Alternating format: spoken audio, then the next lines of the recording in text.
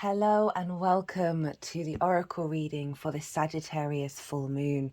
I always pull these oracle cards before I start any transit series, and I like them to stay on deck while those readings are coming through to bring that energy into it. And honestly, I was blown away by this oracle reading before I started. The transit of how it was bringing in such a resonance to the astrology. I'm a little late in recording this. I'm recording this on Tuesday following that Sagittarius full moon. Jupiter has now moved into Gemini. It did so at the very early hours here in the UK. On Sunday morning. The moon is currently right now at time of recording in the sign of Aquarius, trining the sun. So it's really activating a deeper connection to that message that's come through. Now we've got the boost of Jupiter in the sign in Gemini. Hello and welcome. My name's Chloe. I work with card divination, astrology, and as you just heard and as you can see, I channel multi-dimensional energies through my body, and they bring in healing, attunement and activation codes with the messages that come in. I'm just going to summarize quickly what this oracle reading really embodies. I'm going to be breaking down a little bit of the astrology in relationship to these oracle cards. But Sagittarius is a mutable sign, and the sun is in mutable Gemini. The ability to shift and change and hold multiple ideas at once. And explore multiple pathways. Sagittarius for me is always honoring of the side quest, right? The archer likes to roam, and this very much was a sort of a bringing in an offering. We've got the offering card here of the wisdom of the journeys that we've been on. Jupiter and Venus were sextiling each other at the time of this moon in the sign of Taurus. Basically, Venus was ruling the roost, even though it was a Jupiter ruled sign, because that Jupiter was being influenced by Venus. And so this is a combination of the wisdom of desire, the wisdom of connection, but it's in a fixed earth sign. So it's really getting us to sort of slow down and tap into the stillness while everything is changing around us. And they were sextiling Neptune, which isn't going to happen again in our lifetime in these two signs. Neptune being in the sign of Pisces, very much felt like it was dissolving old paradigms around our ability to roam in a limited way. This whole moon felt like we were going beyond the paradigms. It was an out of bounds moon, and that means the sun has a certain trajectory in the sky, and when celestial bodies go above that trajectory, they're deemed to be out of bounds. And this moon was really out of bounds. And so that was tapping more into sort of the galactic energy, our understanding, our intuition around what sets us alight and how we let that fire spread beyond the old limitations that have held us on the earth. And so we've got the Gaia Gateway activation card along with the Orphan and the Unseen. And it was a sort of a recalibration around the wounds of our ability to leave the village, right? It very much felt like the fool's journey was being summed up in this moon, but not just the desire to roam and leave the village, but the fool always comes back with the wisdom that it's learned. So even though this was mutable and changeable, it felt like we were coming back home with the wisdom that we've learned. We're obviously encapsulating the whole journey Jupiter has made in Taurus over the last year, and really providing that wisdom and support in our internal spaces, as well as with that which feels like home, and sharing that wisdom to take us into a new framework. Very interestingly enough, Terrence Howard with Joe Rogan did a podcast around the time of this full moon. And Terrence Howard has the sun in Pisces, which was squaring this energy, and squares bring in activations and building energy. And he was bringing in a new framework around reality and how to explore beyond the confines of the dogma that we are very much interact with. Sagittarius can, in its extreme, really fixate and get locked into dogma. It can be very much the preacher mode. And what felt like with that Neptune sextile of is a dissolving of that dogma that has limited our perception around reality. So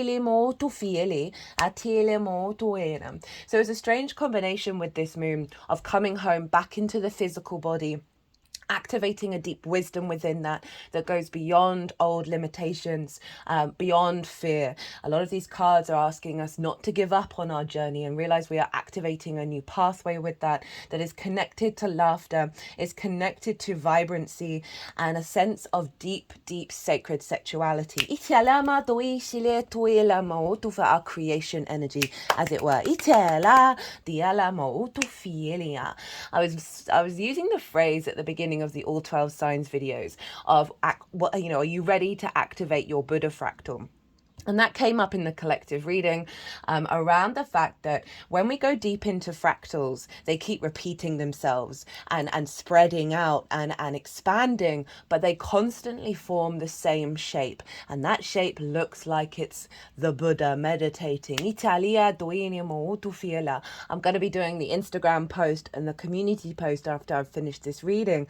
And I was conjuring up an image on AI of this figure made out of fire in the state of meditation, but surrounded by many paths on the ground below, right? Those side quests and lots of birds weaving energy around this figure and lots of plates spinning, that sort of very mutable energy of there's a lot going on. And sometimes we can get stuck and frozen in that overwhelm. And we're moving beyond that on the capacity for us to explore and play with many plates at once while still being very centered in the middle of the labyrinth, right? And honoring the fact that, it's not always a straight path.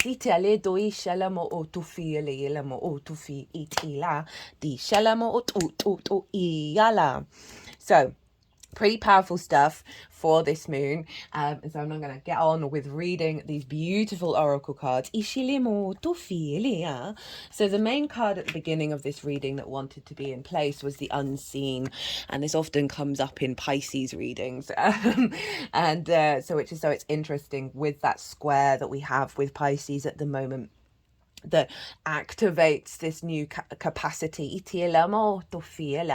and really allowing us to tap into the root of our emotional desire, of our long-term sort of root energy, that then when we understand that with that combination of Venus and Jupiter conjunct one another, the grace and favor of these two planets, very benefic, very easy, free-flowing energy, they were activating a new cycle of how do we bring that into the 3D world. Once we understand the root emotion at the bottom of it, then it allows for more capacity of different variations to come through rather than being blocked in limitations.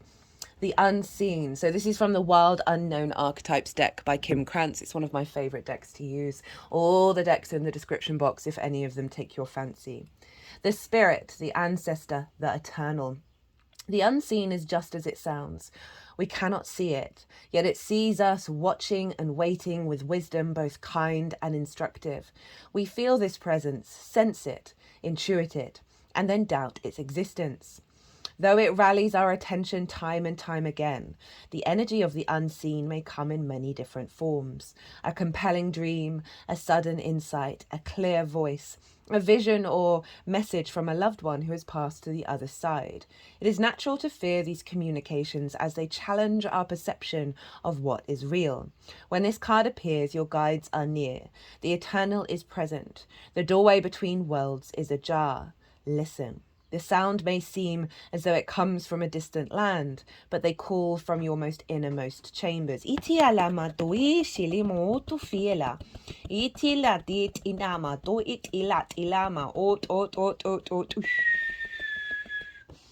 So this feels like the essence of the out of bounds, of that sort of energy that's coming from the our galaxy, from the center of the universe.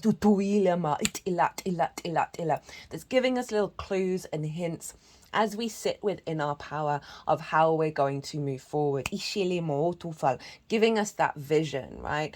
Sagittarius follows Scorpio. Scorpio goes into the darkness, uncovers secrets to find the truth. And then Sagittarius brings that out into the world, brings that vision out into the world, and moves and explores and finds new ability to shift and change into that vision. And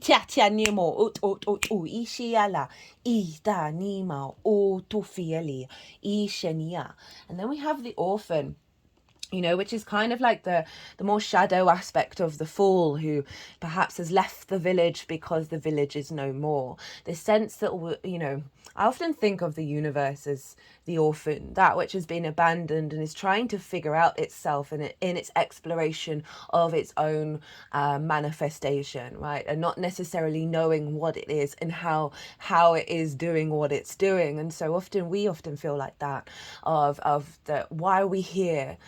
This sense of loneliness, this separation, this abandonment that we can all have. You know, it's not necessarily linked into not having parental figures, but certainly, you know, the idea of, oh, well, I didn't ask for this and now I'm sort of thrown out into the cold. And I really feel like this moon, it's taken a little while for it to feel really integrated, that this moon is giving us a sense of completeness within ourselves, very much that fixed Taurian earth energy of feeling good in this 3D realm, of trusting in our body, trusting in our experiences. I've had a lot of conversations with people over the last couple of days, and without prompting, they're all sort of bringing up this idea of trusting in what their body is telling them, that they are safe, they are secure, and they get a lot of wisdom from that, rather than feeling separate, rather than feeling abandoned, that the orphan can bring in. The wounded child, the abandoned, the beggar. To study the orphan is to study the deep and challenging energy of our time.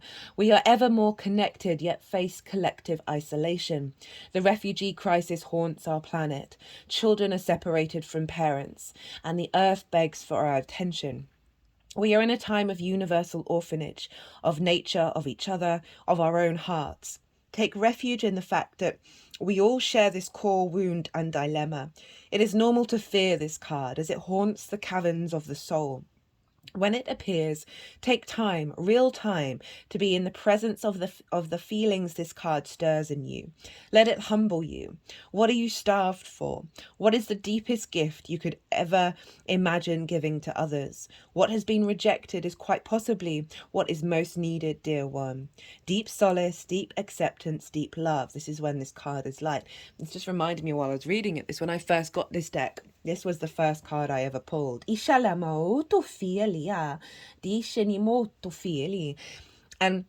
with the offering on top of it, the card on top of it, this feels like the balm, the two benefics being in a benefic ruled sign are really helping us ease us on this path when we are so entangled in the chaos of the universe right now. It's showing up very loudly in our world, in what's going on, especially all that stuff about refugees. You know, there's a lot of deep wounds showing up here with Saturn being in Pisces. Is very much, you see the transitory nature of people moving around and the limitations around that.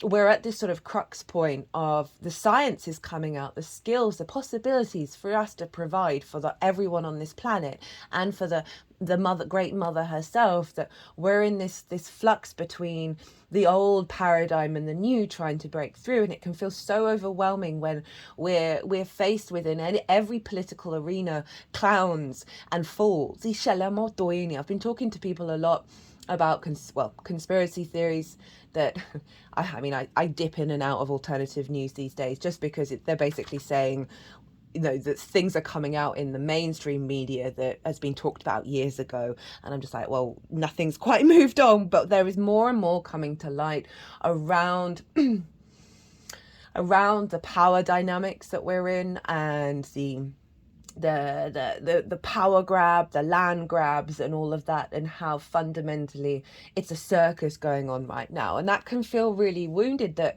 it doesn't feel like there are parental figures around that we can trust, of the adults in the room.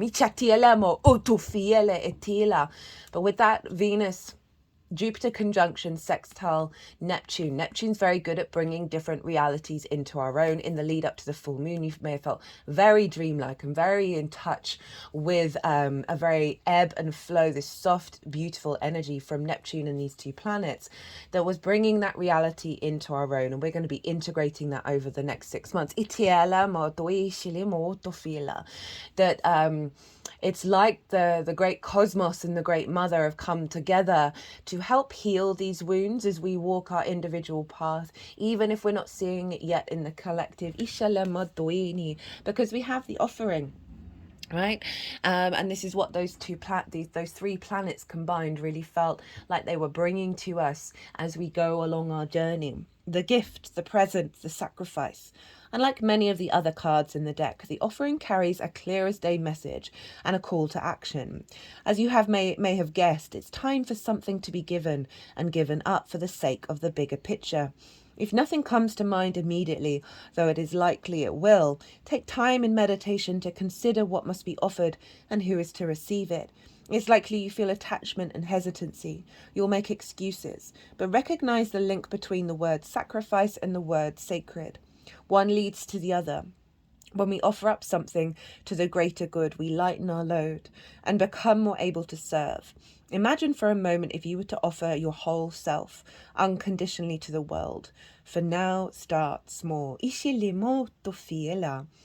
this feels that in the lead up to that full moon, it was a mixed bag of, because the moon was going through Scoprio beforehand, of a lot of old paradigms that we've fixed paradigms with that Scorpio energy were becoming very present, while at the same time the energy of the other side of that, this sense of generosity of spirit, this sense of expansion and just feeling quite confident within ourselves with that Jupiter energy of we're offering up those old paradigms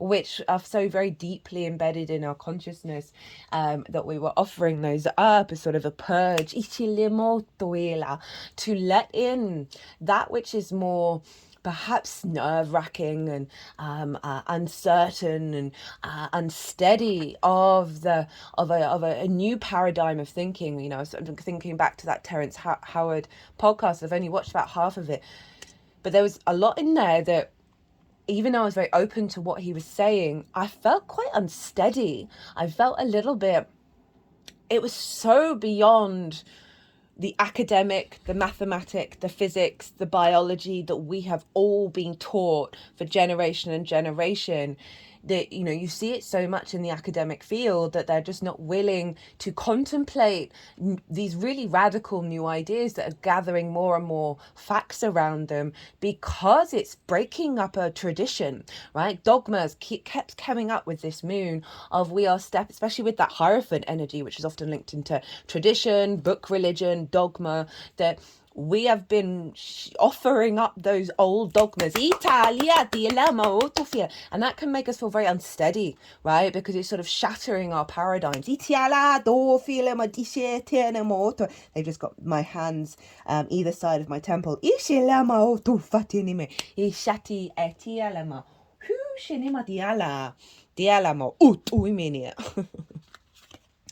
So the cards that were sitting with those, right, was the Gaia Gateway activation, and it's so appropriate for the Taurian energy, and the fact that I first felt I was very lucky to spend the weekend with a very dear friend who I've known all my life, and we do very similar channeling, and we were out in the garden doing a lot of rituals and like just really being still with one another and tapping into that flow of reconnecting to the earth. Nettles have been a very prominent energy that have been floating around for me the last couple of weeks, where that sting activates. There's an element of sensitivity, there's an element of sharpness, but what it's doing is activating the immune system and getting that into a more healthy dynamic, but it's coming at it from a more challenging space where we have to sort of surrender to the process.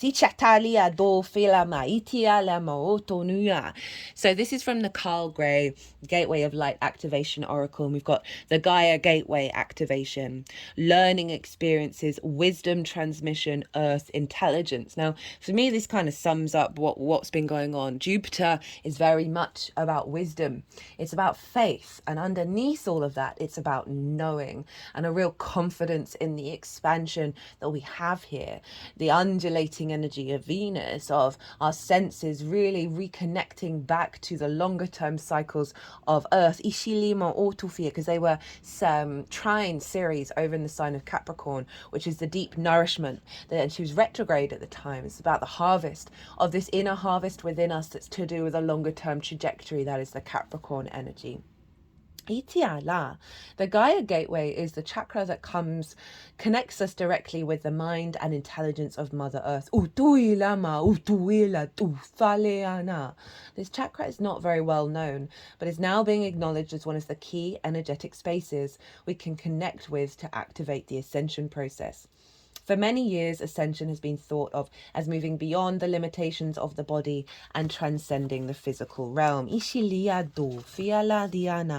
But it is, in fact, the process of becoming present in the body in full awareness of the spirit within.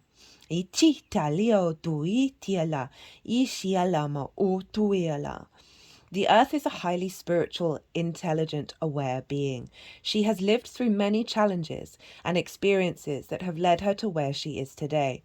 No matter what is being served up to her or how many of us have mistreated her, she has found a way to survive and thrive. Sometimes it's not our role to know how everything will unfold. When you draw this card, it is a reminder to trust the plan. The wisdom of Gaia is with you at this time, and you can enjoy the natural expansion that is taking place. You may have a tendency to go traveling and to look to the stars for answers, but realize that the planet you call home has much to offer too. You have chosen to be here. This may not be easy to accept, especially if your current reality is a harsh one, but your current experiences are vital for your growth. The Earth herself cannot escape the challenges that she is facing at this time. Learn from her strength. Learn from her yearning for a better future. Come back to her. She is your chosen home. Itiala dilemo tu fiele. To put it over my heart chakra. Dialama otu fienia. Itialima utala. You are my children. Ishalima toe. You are all welcome here. Ishialimo doela madini. Itinima. I call you to step onto my land with your feet. Italimo doeni. And reconnect to my energy to give you strength. Ishala dialama. Otufi, as you set out from the place that you call home and roam again. Ishala diala madoi shalama doila. Ishiana. Now she's obviously wanting me to pick up this laughter card. This is from the Rumi's Gift Oracle deck by Ari Hunava. Again, one of my favorite decks. Interestingly, when I was figuring out which oracle decks to read from, they very much only wanted the Kim Krantz and the Rumi's Gift. I kind of forced the the Carl Gray one out, but I always feel like that one's got some really good sort of bringing in the more galactic energy, but I feel like they didn't need them particularly with this reading, so I just thought I'd mention that, because usually they want a lot of decks to show up, that there was a simplicity in what was wanting to come through, which is interesting with the mutable energy that's very catalytic in nature. But again, it's going back to that Taurian energy. Everything was going back to Taurus, right, of the wisdom of the body. So this is, Rumi was a Sufi mystic, and the Sufis were very much about poetry and wine and seeing God or source in everything and activating love and the beloved energy. You are your own beloved. And it's so hard for us to be able to tap into that when we externalize that love. It really felt like we were internalizing a deep sense of connection to pleasure, to joy, to love, to wisdom within ourselves. And this is the laughter card, so I'm just going to read the poem. I was already born with a good sense of humor, but love has taught me to laugh in a different way. Now, like dawn, eager to embrace darkness, I laugh, like a shell about to reveal its pearl. Ishiala madoina. If you break me, I laugh. Laughing in triumph is the habit of the uncooked. So the uncooked is a term for those who've not gone through the fire, who've not gone through a quite dramatic, transformative process. Like gold turning red while being cooked in the fire of love, I laugh. So laughing in triumph, that's sort of more of the ego-based energy. If I have the sour face of ominous clouds, I am lightning right before the storm, bursting into laughter. I am a flower, I don't envy the tall cypress. I blossom, I look up, and I laugh. How can an astronomer believe that Mohammed cut the moon in half? Let us laugh at ourselves and our beliefs. At the sun and at the moon. If you really know death, then learn from your teacher. Like death, laugh at the bubble of riches and fame. Laugh at this and also at that. That's bringing in a lot of what I've already talked about, especially around dogma, right? Like of that, the old traditions and old ideas about things that we then learn new possibilities, we learn new facts. I mean, truth is always constantly in a state of evolution, but this is calling us to, I mean, it sums up a lot that I think about in terms of life's ridiculous. The universe is ridiculous. We're on this crazy roller coaster of existence. Everything is absurd. And that really helps me. I've been depressed for most of my life. I've had my moon squares Saturn, and that's one side of it, when you realize it's actually linked into integrity, and if things aren't flowing with integrity, then you can get a bit stuck in the heaviness of it all. But the one thing that truly helps me is through all the difficulties that I've been in, observing the grief that I feel about the outside world, and if I really let myself tap into that, then I'll just spend the whole time crying on the floor. That laughter is the key. Laughter at the absurd, laughter at the strange cosmic troll that brings situations into our lives that are basically pure poetry in motion, even if that poetry in motion is bringing about a disaster. You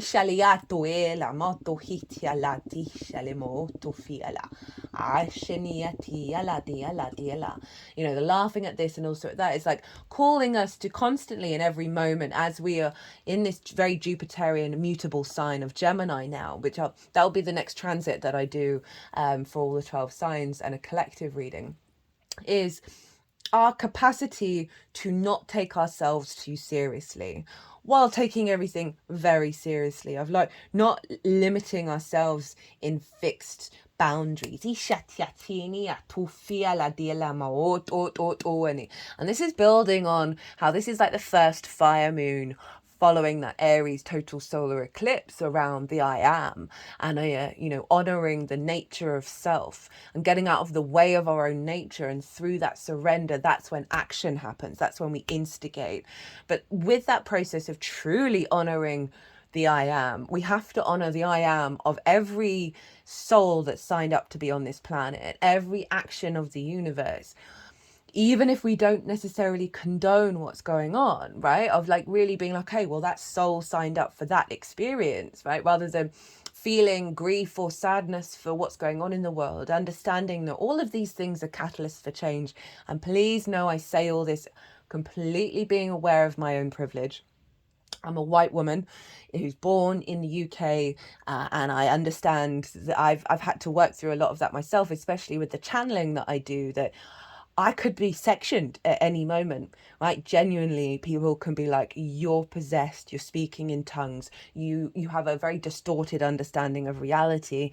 Off you go to the mental asylum, right? If I was born even in this country not that long ago, big chance I would have been sent to the loony bin, and like super aware of that. And I try and find as much gratitude as I possibly can in every moment, and send that out to the collective, understanding everyone's walking very difficult paths, and not denying that, and having the deepest amount of empathy for that, but really trying to find the honoring of that experience that everyone, I believe every soul, including in all the ants, signed up for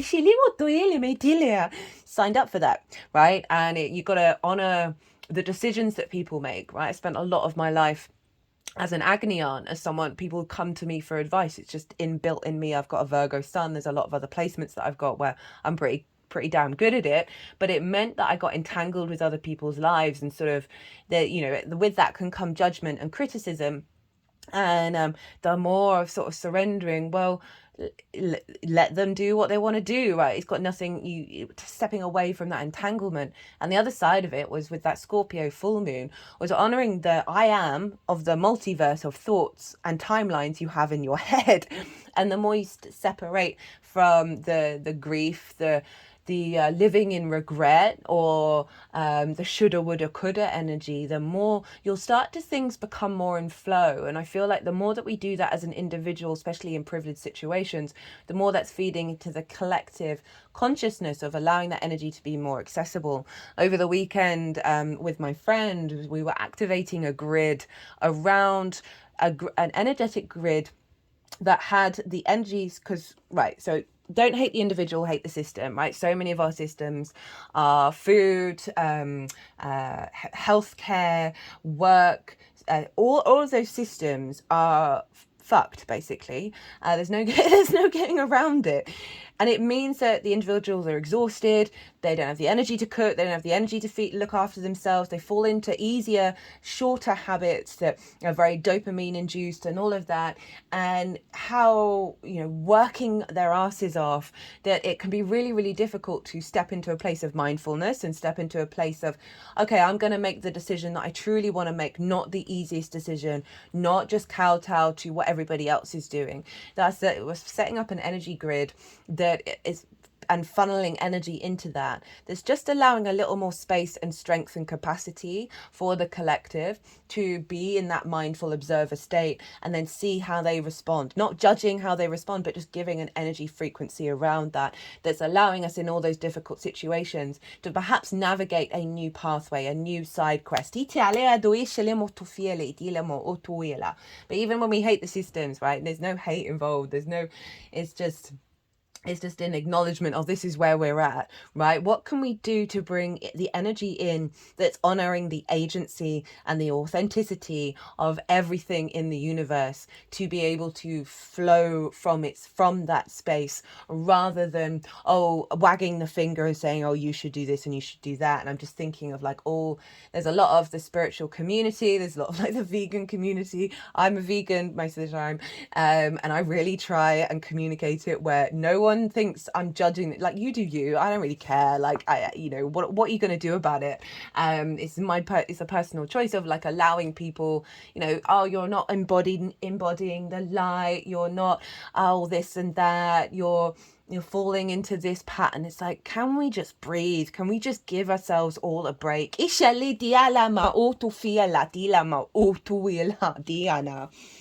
find the humor in it. Okay, so what have we got next? How are we doing? Oh no, we're not too bad. So the next card up on our little journey is the Order of Melchizedek. Embraced by light, mission uncovered, don't give up. So again, this is sort of what we've been through, how we're shifting into a new portal. And I really appreciated this card coming up because there was this energy around a sort of discordant, detached energy of second guessing and worrying about things. And when this card showed up, it was like a sort of a breath of fresh air of, we often have to go and loop back into those old cycles in order to activate a new paradigm, a new timeline. That even if things haven't necessarily been manifesting in the way and the time and the speed that you'd like them to, that keep following that instinct, rather than the fear, the regret. And I really like that this showed up of saying, look, don't give up. Hold on to the power of your own energy, and keep the faith. Which is very Jupiterian in nature. So Melchizedek is the name who means king of righteousness. He's one of the first high priests of the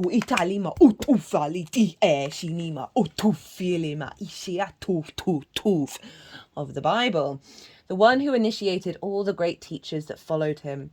Is, you know, Jupiter's very much linked into the sort of guru energy, of teacher energy. Is mentioned in several Abrahamic texts, including the Dead Sea Scrolls and also the Calibis Sohar. He is an ancient gatekeeper of the light who is dedicated to helping all those walking the spiritual path to take the initiatory steps to align with the light. The best way to describe this great being is as a wizard. When you invoke him, you will feel that's funny because the sun was in Gemini, and Gemini is ruled by Mercury, and Mercury is the magician, which is another way of saying wizard, and they're all very closely conjunct one another. When you invoke him,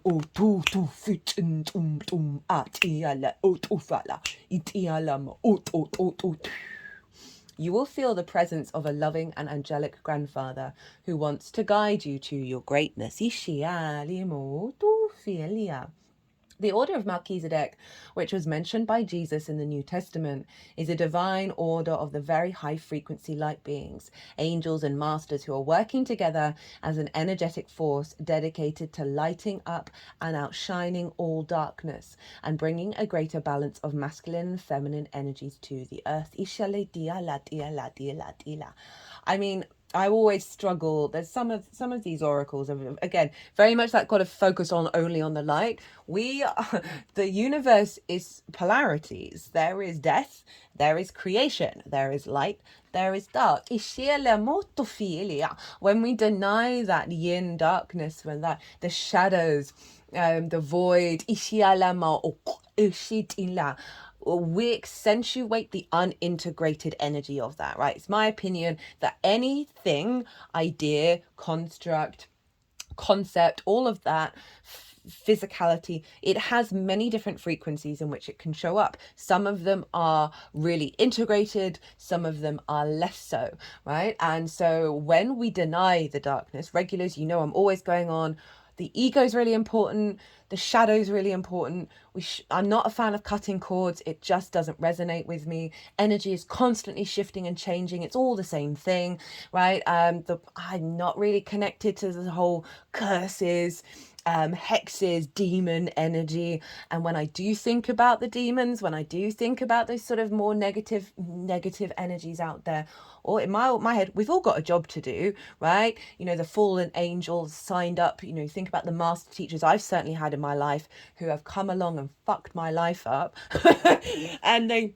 And I learned so much from it, right? And we happen to be in a paradigm, in an energy frequency that has that density. That means sometimes we've got to go through that dark night of the soul in order to make choices, in order to re-understand who we are and what we want to do, rather than respond to the external. I've had plenty of master teachers in my life, and I'm like, I talk about my ex, who, that was a really, really messed up situation. That person, he's openly admitted that what he did to me was abuse. Apologies, I just had to pause. The postman was at the door. Yeah, what was I talking about? Oh yeah, if it hadn't been for that relationship, I wouldn't have broken out of some really ingrained trauma responses, and I'm incredibly grateful for that whole experience. I've forgotten what I was really talking about now. Oh yeah, the fact that it's like, outshining all darkness, well then the universe wouldn't exist. I know that's probably the end goal of this particular universe, and then it will repeat back round again. So I'm always a bit wary, and I always like to point that out when they come up in the oracle cards of, if we just focus on the light, that's it, that's what I was talking about, thank you, that it will just make those unintegrated energies of the dark, right, of the sort of the twisted, the manipulative, the cruel, all of that stuff, war, rape, all of that, that gets louder, right? The more that we sort of push things away and abandon things, right, then they get really loud.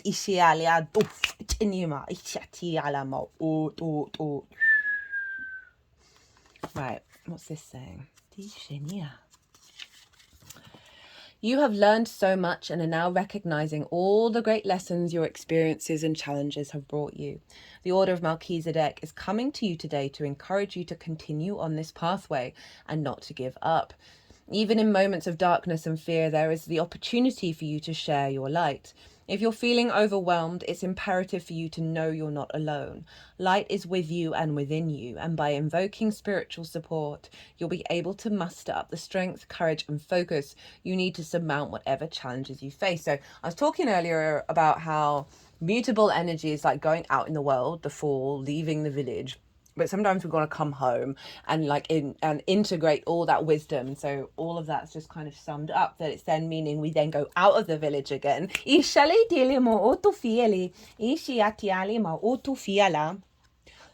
Feeling restored, feeling elevated in our energy of like, okay, we can tackle whatever's coming our way. It's that spreading of the I am that I was talking about earlier with that Aries solar eclipse. So of the more we integrate that with a level of confidence through our instinctive actions, the more it means that that's going to show up in lots of different areas of our life. That very the sort of the forest fire of Sagittarius, of like exploring and spreading that energy around. The central sun. Abundance, downloads, regeneration, success. Our sun is the center of our solar system, solar being the key word. All the planets orbit it. We use this journey to measure time, space, and even our birthday. The sun helps us connect with our journey and see how far we've come. It is just far enough away to create the perfect conditions for Earth to become abundant with life. In ancient Greece, the sun was known as Helios. In ancient Egypt, it was Ra. Worldwide, the ancients knew the importance of the sun. The earliest sky gazers worshipped it because daily it would disappear over the horizon, leaving the darkness and mystery of night. It was clear that it had governance over life and light, so we learned early on that the sun was needed for us to survive and thrive. The sun is therefore a vital energetic vortex in the physical realm, but on a spiritual level it is a portal of divine light that we connect with through the inner universe. It's a spiritual gateway representing the center of the multiverse, a sacred energetic portal that irradiates infinite inspirational light. The great central sun is shining brightly in your life and upon your world. This is a time to regenerate. Tiredness and old energy are being washed away. Old skins have peeled off to reveal a sacred and more aligned you. This is an exciting time. Central sun energy is magnetic and all-powerful. Pluto, I forgot to mention Pluto. So Pluto was over in the sign of Aquarius, making harmonious aspects to this sun and moon. It was trining the sun, sextiling the moon. Those are aspects of Jupiter and Venus respectively. They bring wisdom, they bring ease, of free-flowing energy, a sense of elevation, connection, appreciation, and value. So we were magnetizing this universal frequency that's cultivating inwardly with that Pluto retrograde into this moon of, as it unfolds over the next 6 months. I forgot to mention, I work with 6-month cycles, so the transit for this moon is still live. It's still going to be undulating and unfolding over the next 6 months, the messages that came through with it. That we're magnetizing a more universal truth, that Aquarian energy, into our capacity to expand in new pathways, new neural networks. So we then go out in the world from this sort of out of bounds energy, from this more galactic energy incorporated into the 3D. The central sun energy is magnetic and all powerful, opening you up to light and supporting you as you express your own light in this lifetime. New ideas, opportunities, and experiences come easily to you at this time, like the sun kissing the perfectly ripe soil. The seeds you have planted are being encouraged to grow. Realize that in order to go beyond your horizon, it's important for you to welcome energetic exchanges. When you help others, you let yourself be helped in return. When you invest energy in projects, you let that be invested in yourself. So there's a sense of allowing yourself to receive and give as we now move forward with that energy, right? Of really honoring the I am, and then honoring the connection that mutable energy can bring in.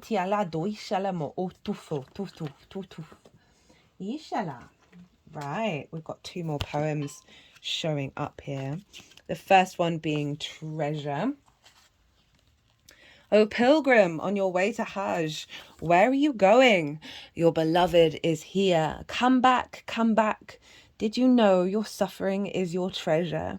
Alas, you are the veil covering your treasure. Ishelemo doi, ishelemo tufila, ishelemo otufilia. So this is talking about how we hide from our wounds, and we hide from the treasure that is within them. Ishali tufialemo otuila dishialema, itinima hotufiela. That we don't need to go out in the world to find source, to find God. It is always within us, and it is within every moment of ourselves and every experience that we've ever had that is living its own life in our bodies. And the with the cycles, when old wounds keep coming up, it's to really deepen the treasure and the wisdom that we have around them. A lot of what I was talking about with people over the weekend in regards to that sort of very Taurian, the final stages of Jupiter leaving Taurus, was reflecting on how when we observe, when we go inward, when we pull back the layers, when we shift and change in our perspectives and deepen them around the journey that we've been on, and also around what our physical body is telling us, whether that be pain, pleasure, or neutrality, that the more that we do that and tap in to, okay, ask the body, what are you trying to tell me? Tap into that sensation, the sensation alone, and really pull it more inward and deepen it, that you end up getting further and further back into layers and layers and layers, and you get to the core of that sensation. And then when we hit the core, we always keep going back, but when we hit a certain layer of the core, then it acts as a catalyst, of like firecrackers within you, of an undulating of that energy that is a very powerful energy source. That yes, it's mutable energy. Yes, it's going out about and roaming, but it's honoring that we can do that internally, and with the wisdom that we find there in our bodies, in the wounds, in the joy, in the pleasure, and really finding a lightness around that. The source. Alas, my Muslim friends, I do not know myself. I am not Christian. I am not Zoroastrian. I am not Jewish. I am not Muslim either. I am not of the earth. I am not of the wind. I am not of the water. I am not of the fire. I have seen both worlds and call them one. My place is the placeless, a trace of traceless. I am not the body. I am not the mind. I am the source of life itself. And the more that we step into that, again, it's the not this nor that. Laugh at this, laugh at that. It's never either or, it's and. And this and that and this and that. That we are none of these things and all of these things at once. And all of that is source. That energy, encompassed with the wounds, encompassed with the treasures of the polarity of existence, the piece of polarity that helps us understand the discord of duality. That is still bringing us back into that source energy. It's still bringing us into a place of acceptance and a place of surrender of all the things. And again, this is tapping back into the whole can dogma do one? Can it just jog on, right? Can it shut the door on the way out? Because it's, it's listing, I'm not earth, I'm not water, I'm not this religion, I'm not that religion, I am source itself. And don't get me wrong, I know there's so many tenets in a lot of book religions, in a lot of sort of rigid indigenous ritualistic shamanism energy, right? There's this dogma of repeating the same, doing the same, the traditional energy. And this out of bounds moon is saying, hey, let's tap in it from a more individual organic space. A lot of the ritual that I do comes from the exploration of the self, rather than, oh, I've got to be in a line with certain druidic energy or Wiccan energy or Buddhist mentality.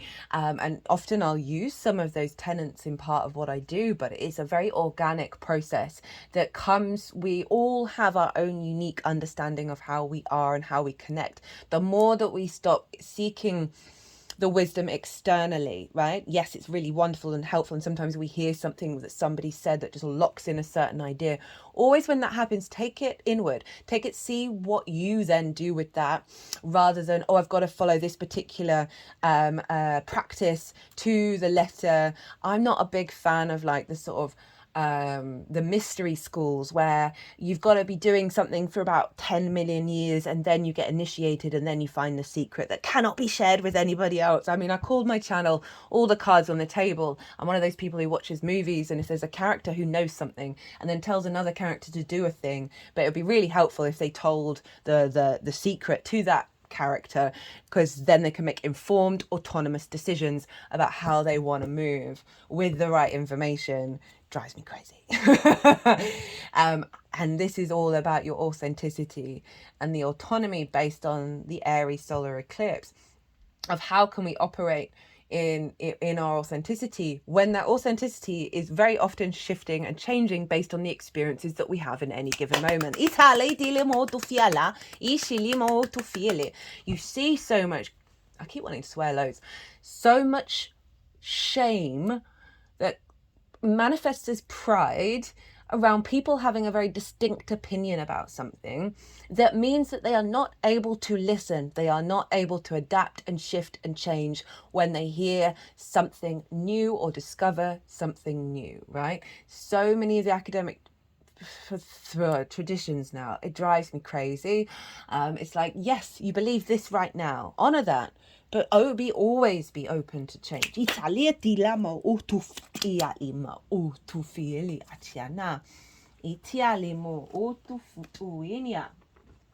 Okay, so how are we doing? Oh, we're still all right. I don't know why I always expect that I might do short videos.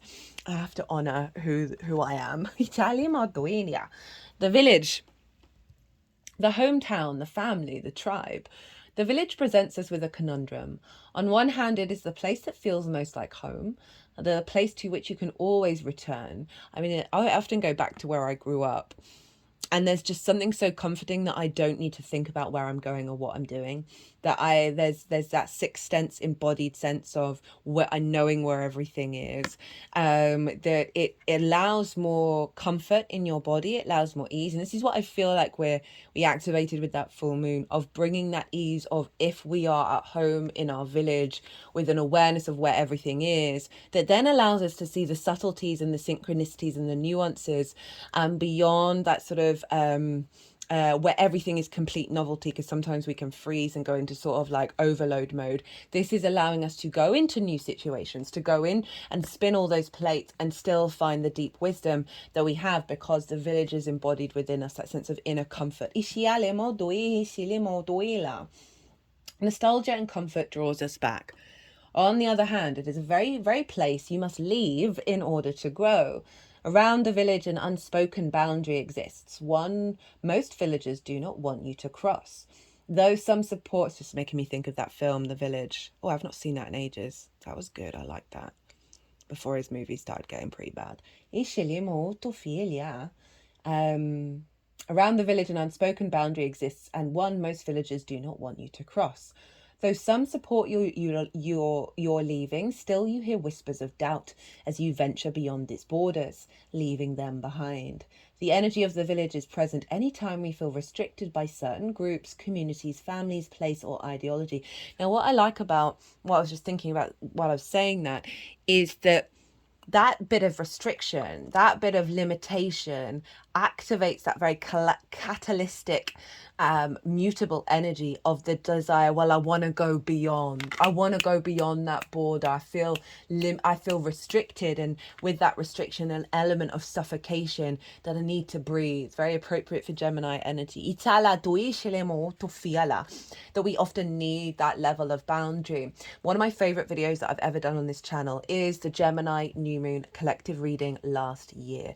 That was very much a sort of like a breakdown of the parameters of how to work with magic, that we need an element of a framework, and then we have to surrender that and activate kind of chaos mode for the magic to come through, for the unique ideas to come through. So we do inherently always need an element of restriction in order for us to then want to break out and be free. So it's about finding that harmony between the comfort and the restriction that actually leads to the shifts that serve us.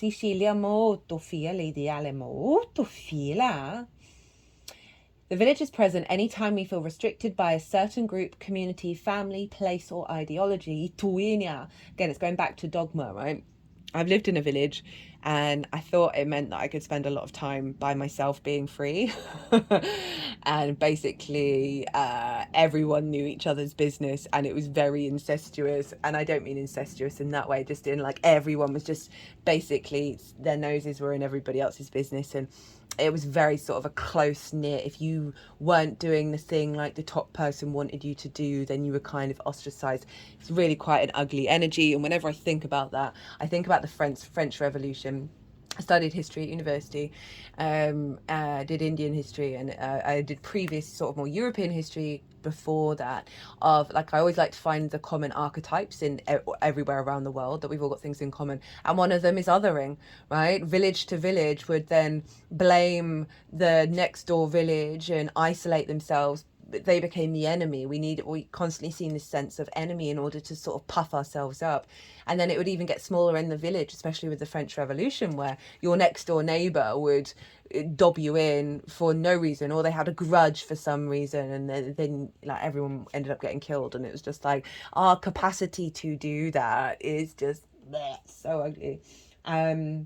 Like there's this real sense of dogma, of tradition, of restrictions, of limitations. You see it throughout book religion, of if you're not doing this, then you're going to burn in hell. And it's just like, do you really want to be following a god that believes that? Like, what on earth?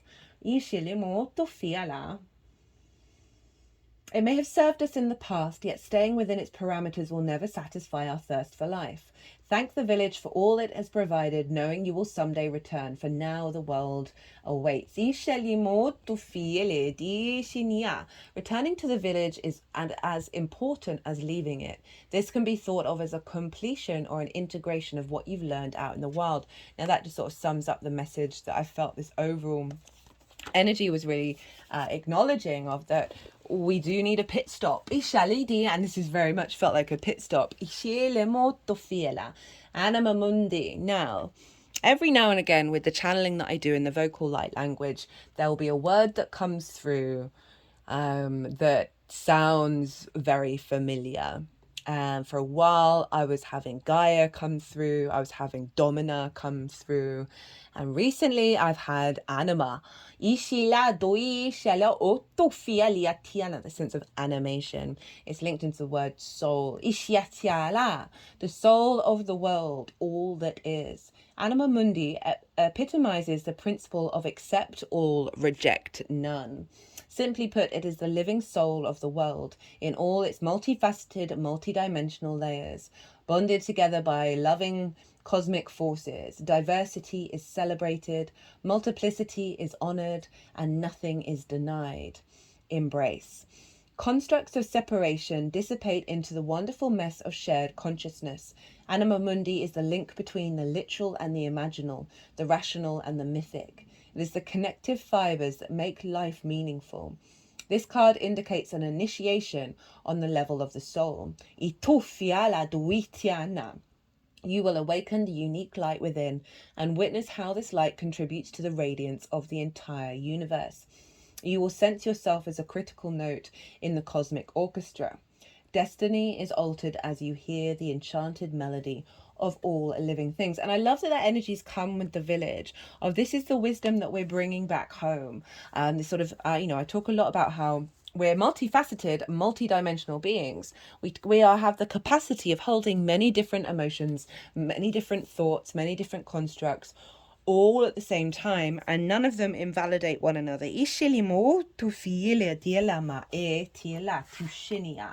Now, the final two cards, we have the Sacred Inner Space. Now, this is very Venusian. Where did that go?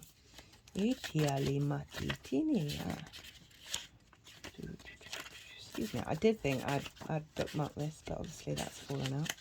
There we go. You know, I said earlier, Venus was ruling the roost here. We've now shifted, and because of the Jupiter being in Taurus, this meant that Saturn and Neptune were being governed by Venus as well. We've now shifted, and I'll talk more about this in 1, the Jupiter transit, and then 2, the Gemini new moon, that now that Jupiter is in the sign of Gemini, Mercury is ruling what's going on with Jupiter, and therefore what's going on with Saturn and Neptune. For now, Mercury's still in Taurus, Venus is now in Gemini, so they're in mutual reception with one another. So Venus is now sharing rulership with everybody, but at the time of this full moon, very, very Venusian, and obviously she represents love, connection, desire, harmony, the sacral chakra, tenderness, sensuality. The sacral chakra is found below the belly button and is the energetic space that governs our reproductive system and all forms of expression connected to it. Everything from our sexuality to our capacity to express the tender, more sacred parts of ourselves is connected to the chakra. So again, I love that this is one of the last cards of it. All comes back to our creation energy. It all comes back to the softness of love, that tenderness, and how we find desire and the wisdom that we find within it, of our creativity and our joy, which can be so hard to do given the layers of energetic collective trauma that we face that then get repeated on our own individual cycles. With this moon being out of bounds and influenced by Venus, right, that very much beyond the intertangled, enwebbed earth trauma that we're here to help dissolve, that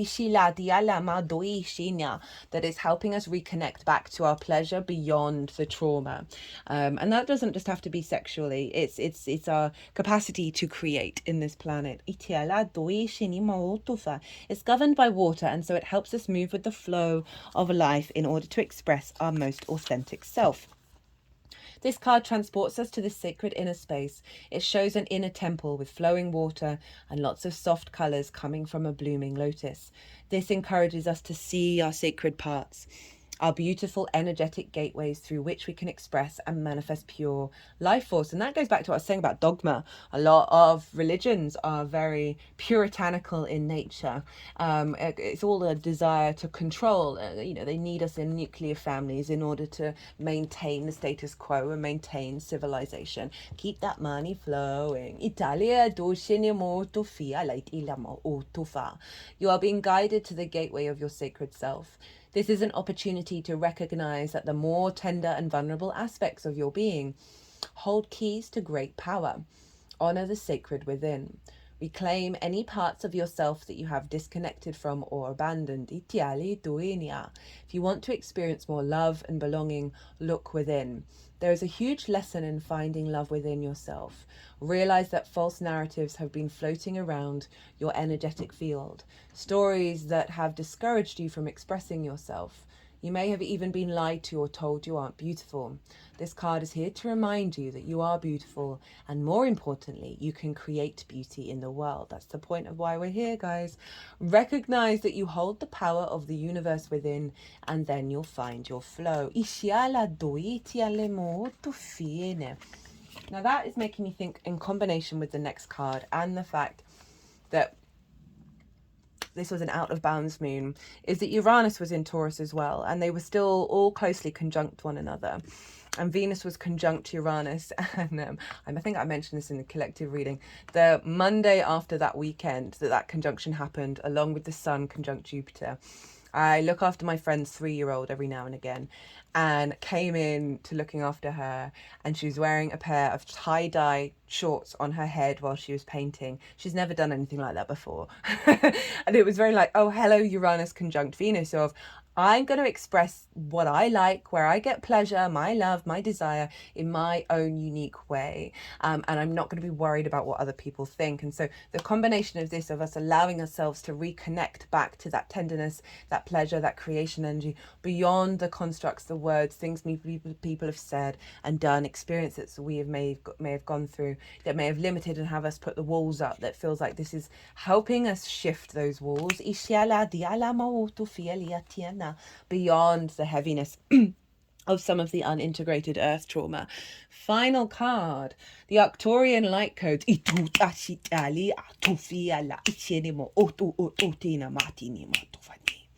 We've got evolutionary downloads, recalling power, and future thinking. Again, that sort of out of bounds moon of activating with also the positive, harmonious aspects to Pluto in Aquarius, which is very future thinking. It's very egalitarian. It helps us go beyond the old traditions that may be stuck on the planet. Taurus is a giant red star that is among the brightest stars seen from the northern hemisphere. It is around 25 times larger than our sun and can be found just beyond the Big Dipper. Many believe that there are light beings living on a blue planet orbiting Taurus, who are in the fifth or even higher dimension. Some think they could be a prototype for what is possible on planet Earth. They are described as blue beings. For when they appear to those who can see them clairvoyantly, they are often blue-skinned or animating.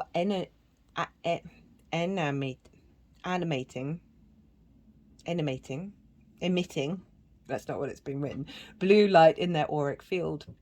The Arcturian race are here to help us on Earth who feel called to facilitate healing, to move beyond draconian and patriarchal ways of being. They guide us to realize that we have a great opportunity to evolve beyond these limited states. And if we don't, we'll be stuck in a karmic wheel for thousands of years before we get our next opportunity. Don't agree with that, but anyway, if it resonates with you, it resonates with you. If you feel called to the Arcturians or this information, it could indicate a past, future incarnation on the Arcturian plane, or that you have Arcturian guides working with you. The message: you can evolve into a greater state of being now. This begins with how you approach even the most mundane of tasks in your own little universe. Show up in ways that you've never showed up before. Instead of checking out of this planet, it's time to check in. Instead of feeling that life is happening to you, realize that you have a huge part to play. Recall your power. Realize that you are part of the evolution of humanity, and it is time to become the leader you were born to be. It doesn't matter if you're leading yourself or a large group. The key is to create more loving ways of doing things. Honor the ideas or thoughts that you've been having recently. If you've been hearing high-pitched noises, seeing flickers of light, or sensing that you're being visited by beings in your sleep, know that you are receiving downloads from heaven. Arcturians are with you. Now, the channeling that I've done around the Arcturians is that the level of healing that they ascended to is that on the quantum field, that on the sort of atomic level, the quark level.